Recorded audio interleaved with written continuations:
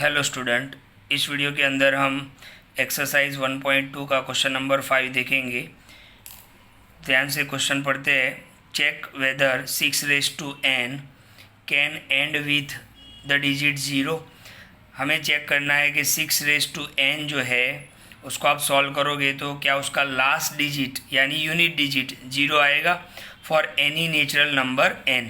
ये जो n है वहाँ पर आपको नेचुरल नंबर लिखने हैं। नेचुरल नंबर यानी क्या होता है? Natural number is equal to 1 2 3 4 dash dash dash infinitive, right. तो ध्यान से देखो 6 रेज टू n, n की जगह पर हम 1 लिखते हैं तो 6 रेज टू 1 यानी कितना होगा? 6 होगा, राइट।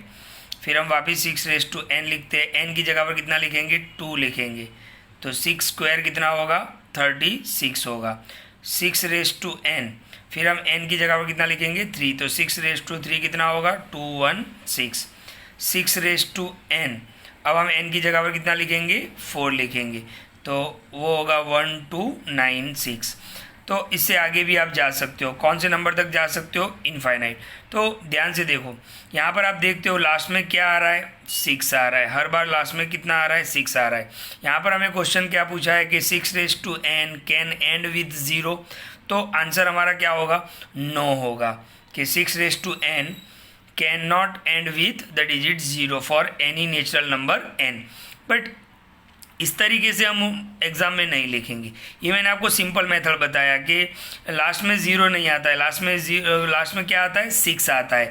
अब कितना भी पावर लगाओगे, अब आगे 6 रेज टू 5 लगाओगे, 6 रेज टू 6 लगाओगे, 6 रेज टू 7, 6 रेज टू 8, तो आपको लास्ट में हमेशा 6 ही मिलेगा। ओके, 0 कभी नहीं मिलेगा। लेकिन ये एक सिंपल मेथड है जो आप समझने के लिए सॉल्व कर सकते हो। लेकिन एग्ज़ाम में आपको इसको पर्टिकुलर लिखना कैसे है तो वो ध्यान से देखो कोई भी लास्ट यूनिट डिजिट 0 हो, इसका मतलब क्या होगा कि जैसे कि मान लो कि ये 20 है, फिर 400 है, 800 है, तो इसमें लास्ट 0, ये लास्ट 0 का मतलब क्या होता है? अगर यूनिट डिजिट 0 आता है इसका मतलब ये हुआ कि वो नंबर 10 से डिविजिबल होगा, राइट। देखो 20 तो 10 से डिविजिबल होगा, 400 तो 10 से डिविजिबल होगा, 800 तो वो 10 से डिविजिबल होगा। तो ध्यान से देखो, यहाँ पर हम लिख सकते हैं if unit digit is 0 then it is divisible by 10। अच्छा, लास्ट में 0 होगा तो वो नंबर किससे डिविजिबल होगा? 10 से। अच्छा, 10 किससे डिविजिबल है? तो ध्यान से देखो, यहाँ पर हम लिख सकते हैं कि 10 इज डिविजिबल बाय 2 and 5। अच्छा, जो नंबर 10 से डिवाइड होंगे वो 2 से भी डिवाइड होंगे या 5 से भी डिवाइड होंगे। ओके, तो ध्यान से देखो, इसका मतलब ये हुआ कि 0 लास्ट में आने के लिए वो नंबर 2 से भी, उसका प्राइम फैक्टर 2 भी होना चाहिए और 5 भी होना चाहिए, राइट। तो यहाँ पर हम देखते हैं हमारे पास क्या दिया हुआ है? 6 रेज टू n। तो यहाँ पर हम लिखते हैं 6 को हम क्या लिख सकते हैं? 2 into 3, और तो कोई फैक्टर है हो नहीं सकते, प्राइम फैक्टर यही हो सकते हैं। अब आप ध्यान से देखो, हमने क्या देखा कि अगर लास्ट में 0 है तो वो 10 से डिविजिबल होगा। 10 से डिविजिबल है तो इसका मतलब ये हुआ कि उसके दो प्राइम फैक्टर कौन से होने चाहिए? 2 और 5 होने चाहिए। तो यहाँ पर तो 2 और 3 है, 2 तो है लेकिन 5 नहीं है।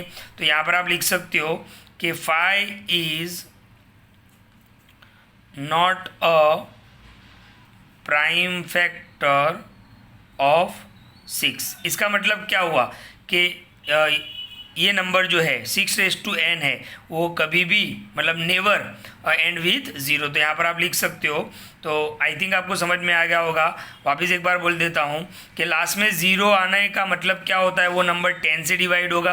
10 से डिवाइड होने का मतलब क्या है कि उसके प्राइम फैक्टर कौन कौन से होने चाहिए? 2 और 5 होने चाहिए।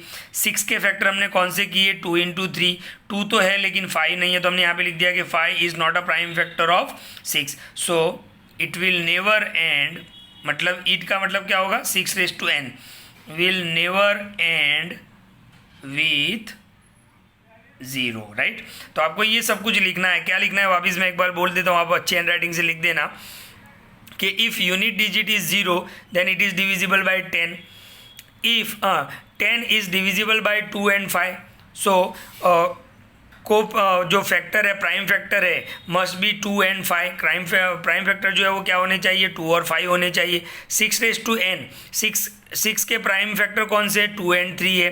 2 तो है लेकिन 5 नहीं है, तो हम लिख सकते हैं कि 5 is not a prime factor of 6। So 6n will never end with 0। तो ये एक सिंपल सम है, थोड़ा मैंने ब्रीफली एक्सप्लेन करके बताया आपको। ये आप सब कुछ अच्छे से हैंड राइटिंग से लिख देना, इसको लिखने की ज़रूरत नहीं है, ये खाली समझने के लिए था। Thank you.